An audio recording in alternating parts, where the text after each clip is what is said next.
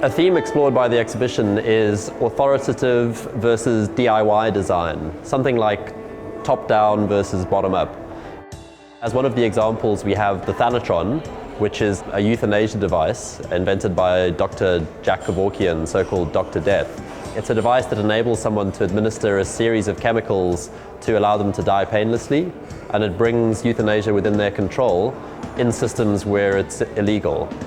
The academic Tony Dunn talks about the Thanatron as an example of critical design, that through its very design it questions our legal and moral systems.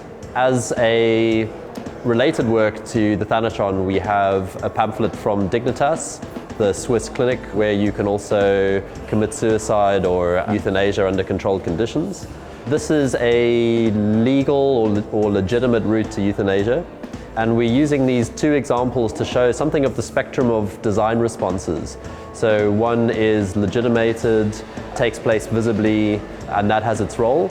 And then you also have this response to a system in which one can't act and one has to take the law into one's own hands. And that's a response from below, you might say, or a DIY response.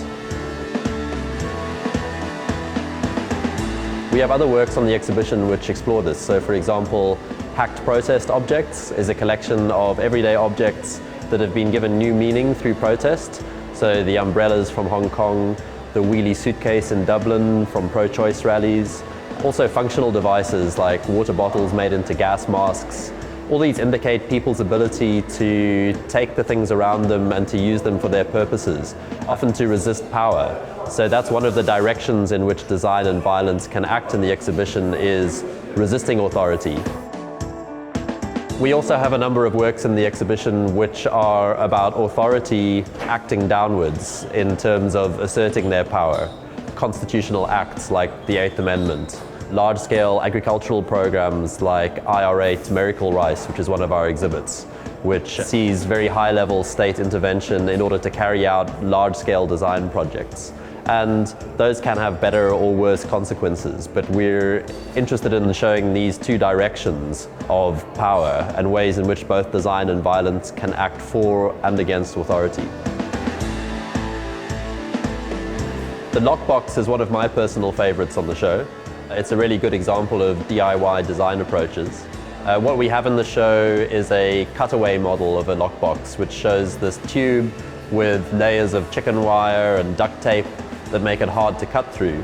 The way that it works is that two protesters can join their arms inside the lockbox and lock onto machinery or onto a house or to some fixed object, and it makes it hard to remove them.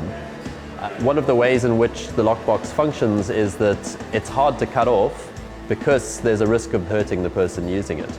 So in that way, what makes the lockbox a strong lock is actually the weakness of the body inside it, and that's very intriguing. It's also worth noticing that the lockbox's function doesn't just lie in the object itself.